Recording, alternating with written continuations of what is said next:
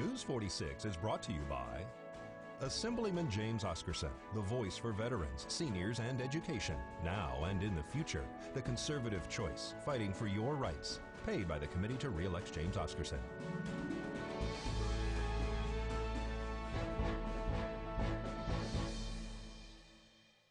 Welcome back. The Nye County Commissioners are looking into additional properties that may be an option to open a public shooting range.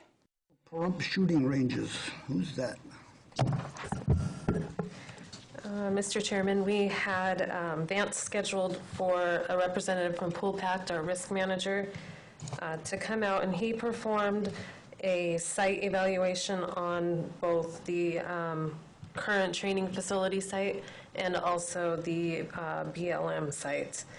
And carry on. So our county-owned site, where the training facility is, he's deemed that unsuitable because of the proximity to other structures. The BLM site also presents concerns because of possible contaminants. Which BLM site? The one? Bell Vista, sorry. Old dump, yeah, okay. And we would be responsible for the cleanup and also the cost for the cleanup. Daryl Lacey has also been looking at properties, and I believe he's identified one that we'll bring back. We'll also maybe have that one reviewed. And it's a county-owned property, so we wouldn't have to worry about the ownership. But ultimately, Pool Pact has determined that as long as Nye County establishes and implements best practices for municipal range, they don't anticipate additional premium or deductible increase for Nye County. Thank you. You're welcome. Yeah. So when can Daryl's going to bring back some other land so us to look at too? He has identified one, so we'll Okay. move forward with maybe having that one reviewed by Pool. Thank you. You're welcome. Go ahead. There's one that I asked about. It's up on Wheeler Pass Road. It's just over to Cattle Guard. I think planning had marked it out for me. I do believe if we could get BLM to shake that loose, that we could get a coalition of people together in the community and turn it into a site similar to the ones that are over in Railroad Pass and the town on the other side of that. But all I hear is BLM doesn't want to know nothing, so. Mr. Chairman? There's a hole already in the ground. It's dug out, it's mined out, it's perfect. And my understanding, it may not be in the BLM's disposal area for gravel. Yes?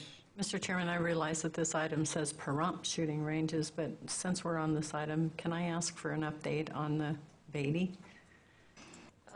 Yes, okay, so we will have a plan of development coming forward, possibly June meeting. Oh, wonderful. Thank you. You're welcome. Well, gas prices are on a 3-year high after the Iran deal falls by the wayside. Angela Miles reports. Topping our news, the rising price of oil is hitting Americans hard. Retail sales rose 0.3% in April in a sign that consumers are out there spending. But the gauge of gasoline sales reveals drivers spent an extra $4.4 billion last month. Crude oil prices are surging above $70 per barrel. Home Depot failed to nail it on earnings. The DIY retailer blames a slow start to the spring selling season and that run-on winter. Home Depot shares tumbled Tuesday. Seattle is getting backlash from tech companies as well as Starbucks. The city council this week voted unanimously to approve a controversial tax on big business. The money would be intended for affordable housing and to fight homelessness. The tax amounts to $275 per employee for the next 5 years in Seattle. Amazon calls it a tax on jobs. Thanks, Angela. When we return, Mike Colucci is going to tell us about some available loans.